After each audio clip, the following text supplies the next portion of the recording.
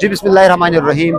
जिस तरह आप देख रहे हैं कि तहरीक तहफ़्फ़ुज़ आइन पाकिस्तान के ज़ेर तमाम आज का जो एहतिजाजी धरना है वो प्रेस क्लब के सामने हम खड़े हैं और आप एक जुल्म देखें, प्रेस क्लब के सामने आपके पुलिस वाले खड़े हैं, हर रोड बंद है। ये क्या है? ये इमरान खान का खौफ है, ये उस आज़ाद और खुदा लीडर का खौफ है जो आज बेगुनाह जेल में बैठे हैं।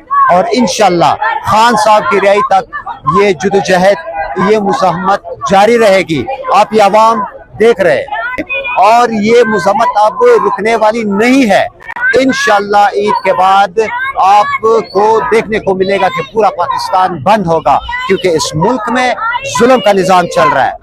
इस वक्त हमारे खुददार लीडर को बेगुनाह जेल में कैद करके रखा है और इस मुज़ाहमत के लिए पूरे पाकिस्तान ने निकलना है और पीटीआई के वर्कर्स ने निकलना है और तहरीक तहफ़्फ़ुज़ आइन पाकिस्तान के साथियों ने निकलना है और यकजीती का मुजाहरा करना है। हमने इस वक्त, ये वक्त है यकजीती का, चाहे जो भी हो, हमारे विंग्स हो, हमारे दोस्त हो, ये वक्त यकजीती का है। हमें एक होना है, हमें मुनज़्ज़म होना है अपने खुदार लीडर के लिए।